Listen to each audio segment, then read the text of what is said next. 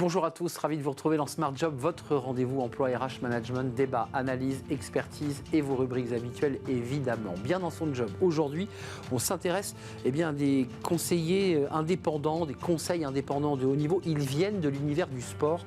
Arnaud Sourisseau va tout nous expliquer. Il est le fondateur d'OMS, une entreprise qui a 10 ans. On fera le point avec lui sur cette organisation. Le cercle RH. Quand l'entreprise inspire l'humour, oui, c'est vrai que l'entreprise est souvent challengée par les humoristes. Trop peu suivant, on accueillera Fix, qui est un auteur de bande dessinée, c'est vraiment très très drôle et qui inspiré par l'IA générative. On reviendra avec lui sur ce sujet, puis on aura Vincent Lemaire. Il est conférencier humoriste et il fait un spectacle justement où il parle de l'entreprise, des managers. On fera le point avec eux et on va se marrer. Et on terminera l'émission avec Fenêtre sur l'emploi, gérer les remplacements et les recrutements dans le secteur de la santé, qui est un secteur en crise. On fera le point avec Adrien Beata, il est cofondateur et CEO de Hublot. Voilà le programme. Tout de suite, c'est bien dans son job.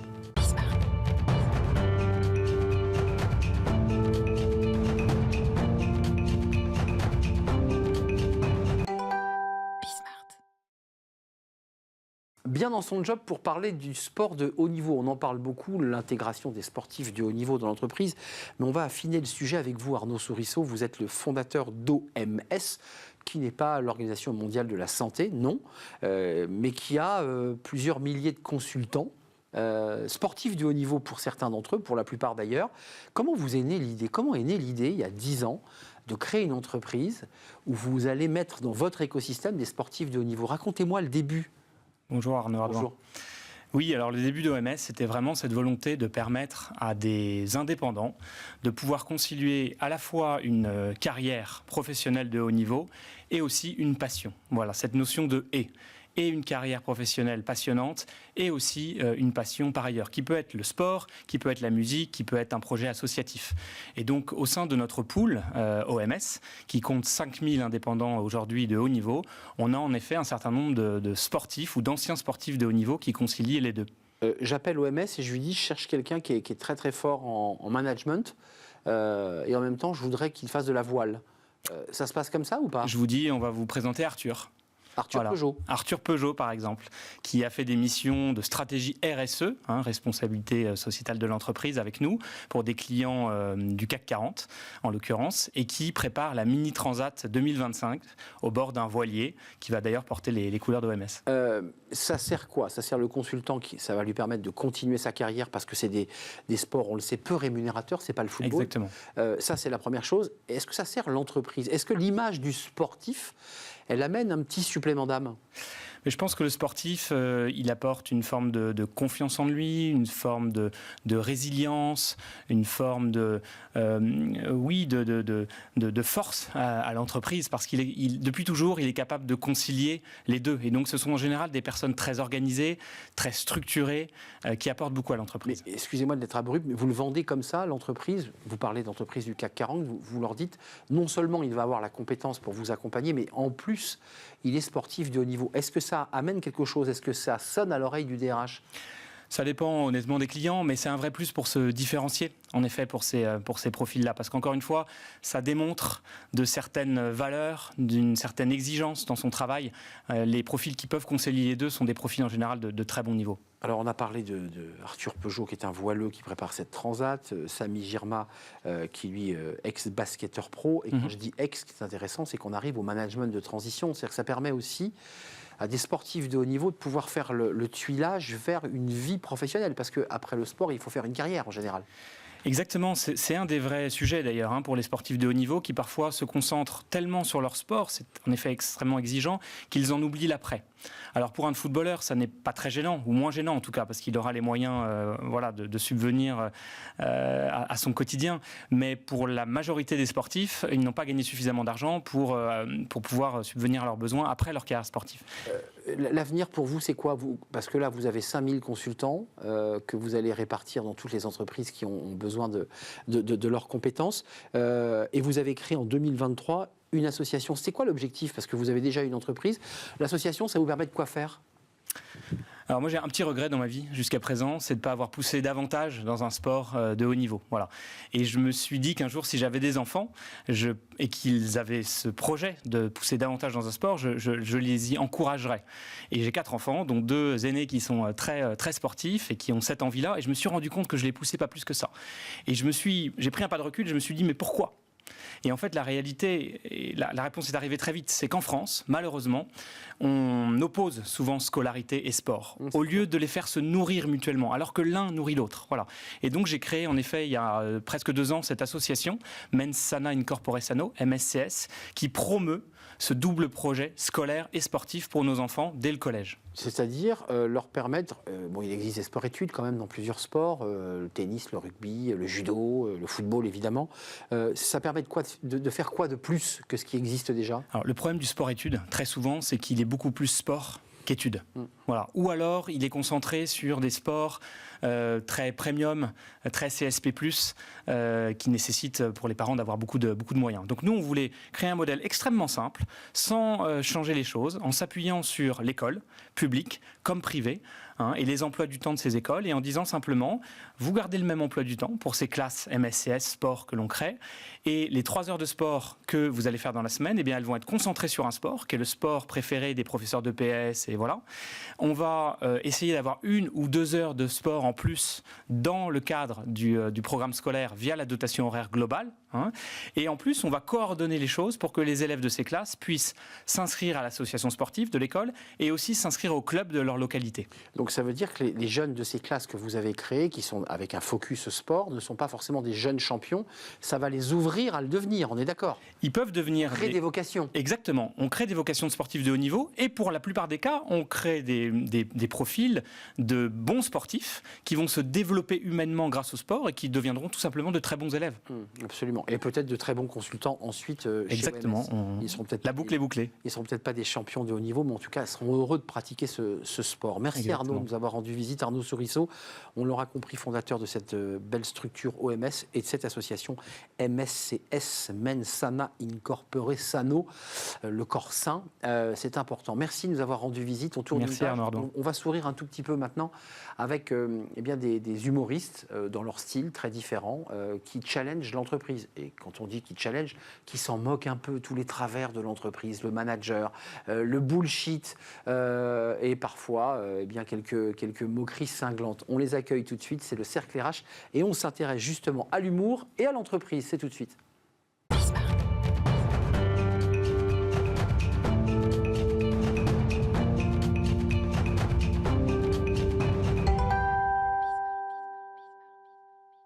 Le Cercle RH pour rire un bon coup, rire de vous, de nous, de l'entreprise, de ce que vous y faites, de ce que vous y racontez, de ce que vous vivez.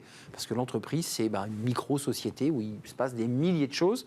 Et évidemment, l'entreprise inspire les humoristes, les dessinateurs de bandes dessinées. Et je vous les présente tout de suite. Fix, ravi de vous retrouver. Vous étiez venu nous présenter alors un autre opus. Là, c'est le dernier, c'est le Chief Bullshit Officer 3.0. Oui, donc c'est l'intelligence artificielle, l'IA générative, avec des moments mais savoureux, avec toute la novlangue, avec tout ce qui peut se passer, et une multitude de personnages à l'intérieur, qui ont tous des personnalités, une sorte d'agent secret, de DGSI qui tient le pistolet, le mec motivé, bref, on va en parler avec vous. En tout cas, vous n'épargnez pas l'entreprise et on se marre bien. Et avec nous, Vincent Lemaire, qui était déjà venu, tous les deux, vous êtes déjà venus, et on vous retrouve, vous êtes conférencier, humoriste et co-créateur de Comme en couleur. Et juste quelques images, parce que c'est intéressant, on va découvrir Chief Bullshit, mais on va vous découvrir en spectacle là tout de suite. Regardez ces images, peut-être qu'on va voir dans le barco, parce que vous vous amusez, vous Vincent, à faire le disque. C'est ça oui, c'est ça. Disque. Le disque, une méthode, voilà. Une méthode de communication qui s'appuie sur 4 profils de comportement, des couleurs, rouge, jaune, vert et bleu. Et vous jouez chaque fois un personnage. Je joue les personnages, je les ai incarnés, ces personnages-là, je les caricature évidemment pour qu'on essaye de reconnaître ses collègues, son DRH, son DSI. Mais juste un mot pour savoir d'où vous venez et d'où vous parlez. L'entreprise, vous y avez mis un doigt de pied ou vous la regardez depuis toute votre vie de l'extérieur ? Moi, c'était une entreprise un peu particulière parce que j'étais travaillé en centre de rééducation, j'étais kiné moi dans une première vie. Donc, mais bon, c'est quand même un business, hein, c'est quand même une entreprise à un moment donné, c'est le monde de la santé, mais voilà. Donc ouais, j'ai vu ça, j'ai vu quand même des choses, notamment dans le management, des choses comme ça. Ouais. Et à quel moment on pose, je dirais, la petite table qu'on monte avec une petite manivelle pour passer sur scène? À quel moment on bascule? Ah ouais, alors quand on se rend compte que, en tout cas quand je me suis rendu compte qu'il y avait autre chose, que je pouvais peut-être transmettre des choses aux gens avant qu'ils tombent malades, et en l'occurrence par l'humour, parce que je me suis rendu compte que l'humour était un très très bel outil. Donc là il y a eu ce moment de bifurcation. Ouais. Fix, donc c'est votre nom de scène, c'est votre nom Oui. de dessinateur. Vous aussi, un doigt de pied, 2 pieds dans l'entreprise pour un... les 2 pieds, les 2 genoux jusqu'au coude et au-dessus des oreilles. Hein. Voilà. Oui. Noyé presque. Oui. Non, pas noyé, mais moi j'ai une formation management, j'ai été formé à HEC, j'ai travaillé pendant 12 ans d'abord dans une start-up et ensuite dans un cabinet de conseil à Paris, donc pour accompagner des grands groupes. Et puis il y a 11 ans, 2012, j'ai décidé de passer aux choses sérieuses et donc je me suis lancé dans le dessin humoristique. Mais vous dessiniez au bureau déjà Oui, alors je dessinais déjà en tant que hobby. Hobby. À HEC, vous commencez déjà à travailler un petit peu vos cahiers, quoi. Oui, complètement. Et vous vous êtes dit, là, je vais... Parce que vous vous êtes finalement nourri très directement. Exactement. Là, le dernier livre, il est vraiment excessivement drôle. Les autres l'étaient aussi. Mais celui-ci, tout particulièrement parce que, en plus, il vient un peu heurter tous les sujets transversaux. On nous parle d'intelligence artificielle où il n'y aura plus de travail. On nous parle d'IA générative.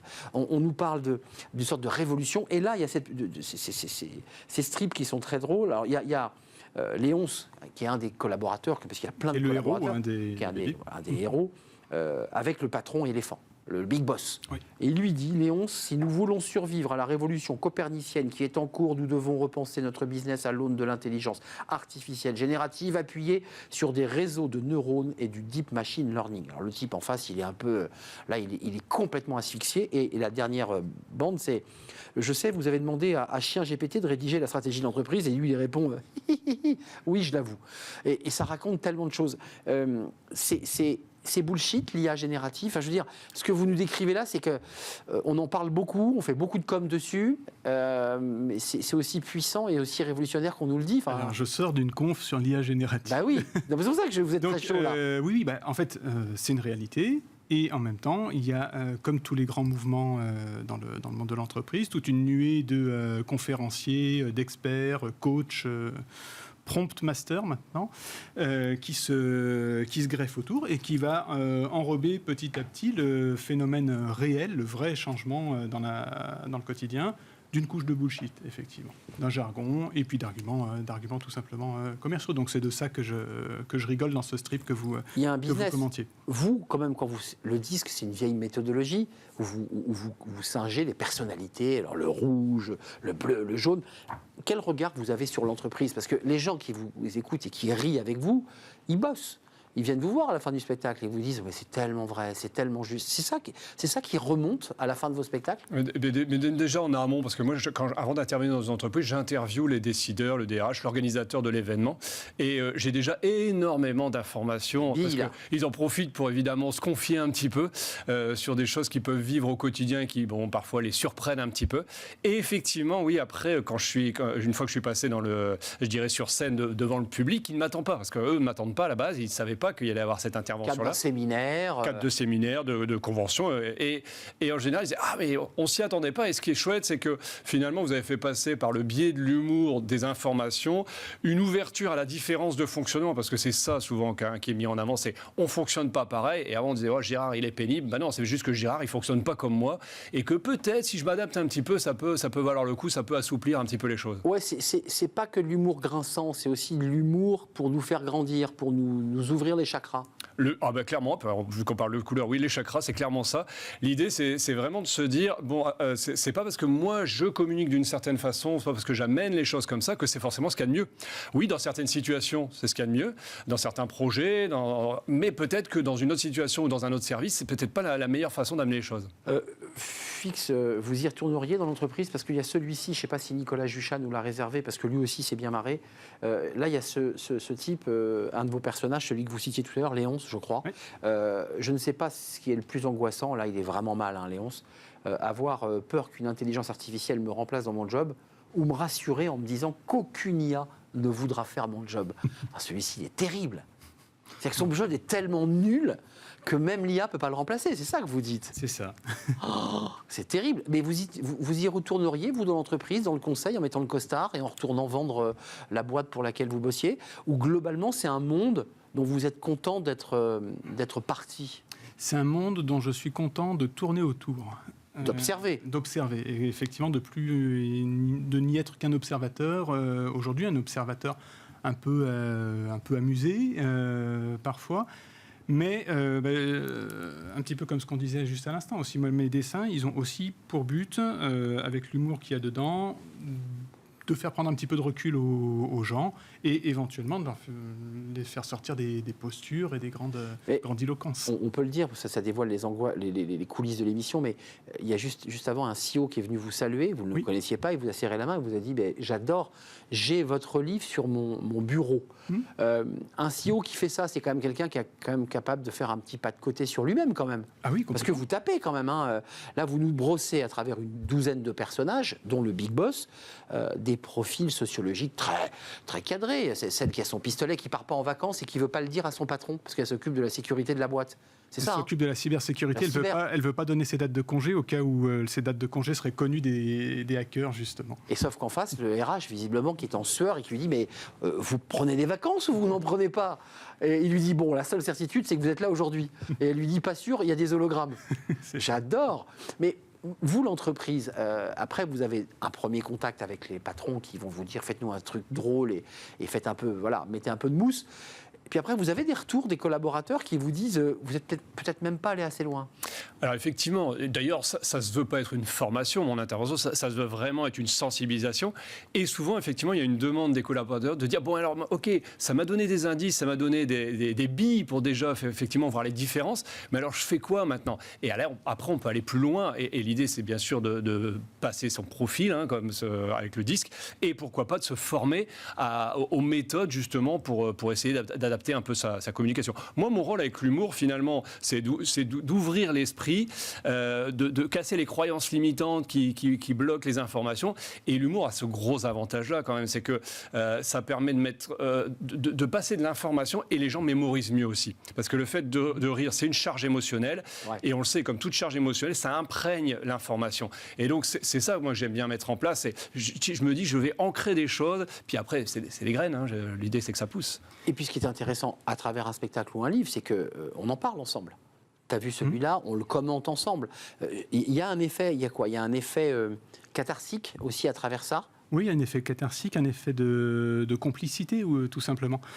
Pour rebondir sur le fait de rire ensemble, effectivement, de quelque chose. Moi, je fais très souvent des animations dans des conférences, des séminaires, des colloques. Je présente mes dessins. Les gens qui me font venir, c'est les directeurs, c'est les chefs.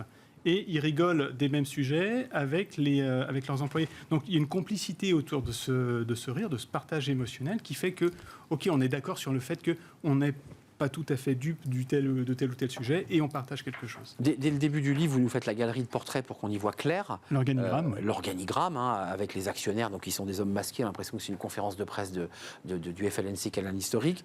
Et puis il y a les managers. Alors ça, c'est les gens invisibles qu'on ne voit pas, les actionnaires, mais ensuite, il y a ceux qui sont dans la boîte. Les managers, là aussi, c'est quand même une source, parce que là, ce que vous décrivez dans votre costume à carreaux, vous faites un peu manager, quoi. Vous faites le type complètement dedans. C'est quand même une source d'inspiration optimale, qui permet aussi peut-être de déminer un collaborateur qui dit, tiens, regarde, et en fait, ce qu'il n'aurait jamais pu lui dire en vrai, grâce à vos spectacles et à vos dessins, il est capable de lui faire passer un message. C'est aussi ça, non? Oui, je sais qu'il y a des gens qui partagent des dessins, des extraits de mes BD pour faire passer une petite idée en douce parfois. Et le manager reçoit ou pas? Ça le fait rire ou pas? Je ne sais pas. Vous n'avez pas le retour du manager? Non. Il ne jette pas le livre à travers l'open space? Non. Comment ça se passe? En fait, je me suis rendu compte que l'humour était utilisé notamment par les managers de plus en plus, mais parfois ils ne savent pas toujours très bien l'utiliser, parce que l'humour, c'est à double tranchant. C'est-à-dire que c'est aussi une façon d'amener les choses, mais ça peut être une arme. Et des fois, sous le couvert de l'humour, on va dire dis donc Michel, mais t'es un peu con. Non, mais je plaisante, c'est pour rire. Ouais, sauf que c'est dit quand même. Moi, je dis toujours attention à la façon dont vous utilisez l'humour, notamment dans le management. Quand vous balancez une information, même si c'est dit sous le couvert de l'humour, l'information est quand même transmise. Donc, il y a une vraie vigilance, et il y en a qui en ont conscience, il y en a qui n'en ont pas conscience, dans la façon de l'utiliser pour ne pas envoyer des scuds à des gens qui vont quand même le recevoir. Qui peut être d'ailleurs même interprété comme une forme de harcèlement, parce que l'humour déguisé et accumulé, mal dit, ça peut être du harcèlement. Clairement. Vous démarrez le bouquin Fix avec Pimp My Finance, Pimp My Life, avec My Marketing. Avec le directeur financier qui lui dit écoute, on est dans le rouge, ça marche pas du tout. Et puis le type lui prend le truc, Bullshit Power. Oui. Et à la fin, waouh, tout va très bien. On fait presque trop, même, on dirait un business plan de start-up. Merci beaucoup. De rien, tu sais, les finances, c'est facile. Qu'est-ce que vous voulez nous dire par là? C'est qu'on nous vend du rêve, on bidouille un peu tout ça. Tout le monde est quand même toujours occupé à se faire mousser et à vendre sa vie de rêve. Donc, c'est un petit peu ça qui me fait rire et sur lequel je rebondis. Le personnage dans le strip dont vous parlez, c'est le Chief Bullshit Officer.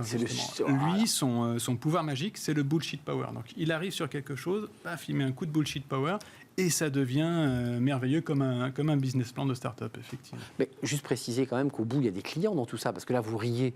Mais enfin, tout ça, c'est bullshit. Mais enfin, il y a quand même un expert comptable, il y a eu des clients qui ont payé quand même. Non, mais vous voyez ce que je veux dire? C'est qu'on rit, mais bon, à la fin, il y a quand même un type qui a quand même payé du bullshit, quoi. Oui, mais je pense pas que ce soit complètement du bullshit non plus. Enfin, il y a un peu de bullshit. Enfin, c'est emballé, c'est ça, c'est emballé dans du bullshit. Puis dedans, il y a quand même 2-3 trucs à manger quand même. Il faut espérer quand même. 80% des cas. La suite de vos vies, parce que on voit, juste pour terminer, vous avez changé de vie et puis quelque part, vous vous êtes épanoui dans ces nouveaux espaces de création. Voilà, dans 5 ans, c'est quoi? Alors, là, il y a la 3.0, c'est votre nouveau livre. C'est quoi vos sujets? C'est quoi les thèmes? Parce que vous êtes toujours en train de turbuler et d'observer, c'est vos métiers. Moi, je me rends compte que j'ai vraiment... Je pense que la communication pourra toujours s'améliorer. Je pense qu'il y a des gens qui ont vraiment envie que ce soit plus fluide dans leur façon de communiquer. Donc, moi, je suis constamment en train de chercher des moyens pour que les gens se comprennent mieux, se connaissent mieux et se comprennent mieux. Parce que s'ils se connaissent mieux, déjà, ils vont être peut-être aux bons endroits, aux bonnes places, dans les entreprises notamment. Et s'ils se comprennent mieux, quand il y a des trucs qui ne vont pas, ils vont savoir un peu mieux l'exprimer. C'est plus souple. Et c'est plus souple. Donc... pour répondre à la question, tout ce qui va me permettre d'aider les gens à mettre un peu plus de conscience dans leur façon de fonctionner, leur façon de communiquer, moi, ça va me rendre heureux. Donc, éveilleur de conscience. Ouais, ça me va bien comme étiquette. C'est beau, je suis impressionné. Hein. Non, mais il y a de la poésie, il faut le savoir. On achète. Et vous, Fix, éveilleur de conscience ou toujours gratteur comme ça, là où ça fait mal? Gratteur de conscience, je sais pas, quelque chose dans ce genre. Moi, je continue à faire des bouquins, je continue à faire des calendriers, je vais sortir un jeu de cartes aussi. Enfin voilà, moi j'ai l'impression d'être toujours avec vos personnages. Oui, toujours avec mes personnages. Je vais continuer la série Chief Bullshit Officer. Je vais peut-être faire des hors-séries et je vais peut-être aller aussi sur le terrain de la vie de famille. Qui est l'autre volet. Qui est la vie privée. Vie pro, vie perso. Exactement. Vous savez, ce fameux truc avec le télétravail. Le truc théoriquement séparé, mais qui est de plus en plus mélangé. Oui, Covid oblige, télétravail étant là, ça c'est des thématiques évidemment très intéressantes pour les humoristes. Et moi c'est pareil, je veux dire, il y a cette version entreprise, mais aussi il y a une version grand public, et parce que voilà, ce qu'on a vu là, ça se passe aussi en théâtre, où j'aborde un peu plus aussi la vie avec les amis et la famille. Moi je trouve ça génial de concilier les deux, parce que la communication elle est aussi partout. Merci messieurs, c'était un vrai plaisir de partager ce moment avec vous, comme à chaque fois. Fix ce livre, on va voir la couve, Chief Bullshit Officer 3.0 avec un Napoléon, parce que ça c'est Franquin. Il y a une bande à l'intérieur, il y a un personnage, vous l'avez siglé en bas, c'est pas grave. Et Vincent Lemaire, vous êtes conférencier humoriste, co-créateur de Com en couleur avec des spectacles qui se déplacent partout où vous le souhaitez. Dans toute la France. Pour les entreprises, évidemment, on voit l'affiche. Merci à vous, messieurs. La suite de nos programmes, évidemment, c'est Fenêtre sur l'emploi. On va venir à des choses très sérieuses. C'est tout de suite.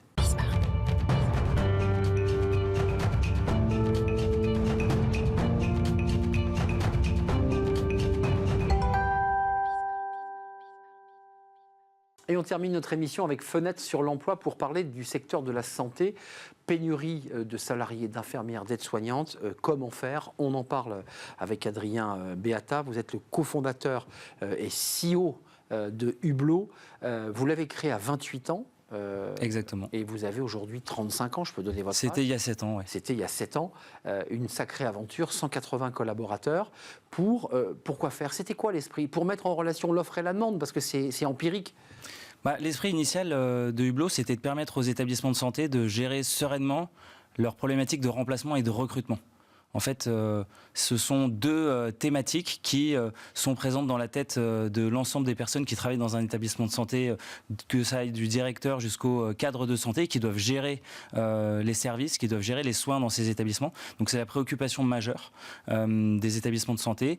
Et nous, ce qu'on a voulu faire, c'est fournir aux établissements de santé des solutions digitales qui leur permettent tout simplement d'être plus efficaces et meilleurs dans la gestion de ces remplacements et la gestion de ces recrutements. Donc connecter ces établissements de santé, quand vous dites établissements de santé, on pense évidemment aux hôpitaux, mais pas seulement. Hôpitaux, cliniques, maisons de retraite et autres établissements médico-sociaux, exactement, EHPAD. En fait, on permet d'équiper les établissements qu'on appelle les établissements sanitaires et médico-sociaux.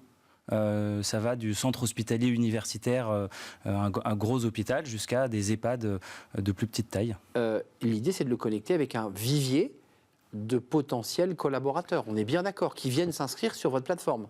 Alors, l'idée, c'est initialement de les connecter avec leur vivier de personnel connu, c'est-à-dire des personnes qu'ils connaissent déjà, soit parce qu'ils font partie de l'établissement et qu'ils sont volontaires pour faire des heures supplémentaires, soit parce que ce sont ce qu'on appelle des vacataires, c'est-à-dire des personnes qui ne sont pas à temps plein dans l'établissement, qui ne sont pas sous contrat avec l'établissement, mais qui peuvent intervenir ponctuellement. Et en fait, avec le temps, Hublot, c'est devenu une manière pour les établissements d'attirer de nouvelles personnes et de rencontrer de nouvelles personnes pour les intégrer à leur vivier de remplaçants. Je suis cadre de santé dans un hôpital, donc j'ouvre l'application. Vous avez Hublot? J'ai Hublot, de fait. Je l'ouvre le matin en arrivant parce que j'ai une galère. Ouais. Et là, je vais pouvoir, en naviguant sur l'appli, ou en tout cas sur le site, pouvoir trouver rapidement quelqu'un. Vous allez même, diffuser votre besoin. Donc vous allez indiquer, j'ai besoin de quelqu'un à telle heure dans tel service. Je jette la bouteille à la mer. Vous jetez votre bouteille à la mer et en fait cette bouteille à la mer, elle touche l'ensemble des personnes qui sont dans votre vivier, qui sont compétentes et disponibles et qui vont pouvoir se positionner sur ce remplacement. En fait, on a un peu retourné les choses, c'est-à-dire qu'on a rendu les soignants acteurs aussi de ce dispositif. Le soignant reçoit cette notification que l'hôpital X cherche à tel endroit dans tel service. Exactement. Lui voit. Et à ce moment-là, quoi, il match ou il matche pas? À ce moment-là, il match ou il matche pas et il dit je postule ou il décline la mission. Ça, c'est un outil qui est évidemment magique. Vous avez un regard, et c'est intéressant, je dirais pas un regard politique, mais un regard panoramique. On en est où de la situation pénurique dans le secteur de la santé? Est-ce que ça s'est amélioré depuis le Covid ou est-ce qu'on est dans la même situation? Non, alors ça s'est pas amélioré depuis le Covid, parce que nous, du coup, ça fait 7 ans, donc on commence à avoir un peu d'historique. On sort de la phase anormale qu'il y a eu pendant le Covid et post-Covid. Donc on retourne dans une phase qui est plus normale en termes de gestion. Il n'empêche que les établissements sont en manque chronique de personnel pour deux raisons assez simples. La première, c'est qu'ils n'attirent pas assez à l'heure actuelle de soignants qui postulent chez eux. L'attractivité du secteur. L'attractivité du secteur a été touchée. Et l'autre raison, c'est que les personnes qui sont en poste ne restent pas assez longtemps dans ces carrières-là. Et en fait, nous, l'idée, c'est de fournir aux établissements des solutions pour leur permettre de travailler sur ces deux aspects. Parce que des personnes qui ont la vocation d'être soignants, qui ont envie de se lancer dans ces carrières-là, initialement, cette étincelle, elle existe.